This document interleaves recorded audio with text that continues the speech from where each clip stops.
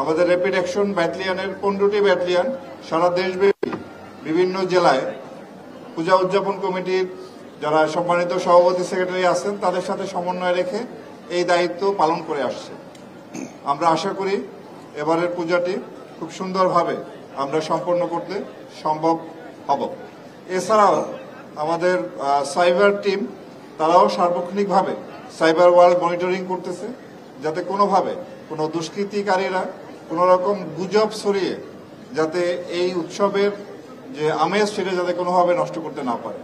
আমি আপনাদের মাধ্যমে দেশবাসীকে অনুরোধ করব যে আপনারা দয়া করে কোনো প্রকার কোনো গুজবে কান দিবেন না। যদি সোশ্যাল মিডিয়ায় কোনো ধরনের কোনো খবর আসে সেটি অন্তত যাচাই করার মতো সময় আমাদেরকে দিবেন।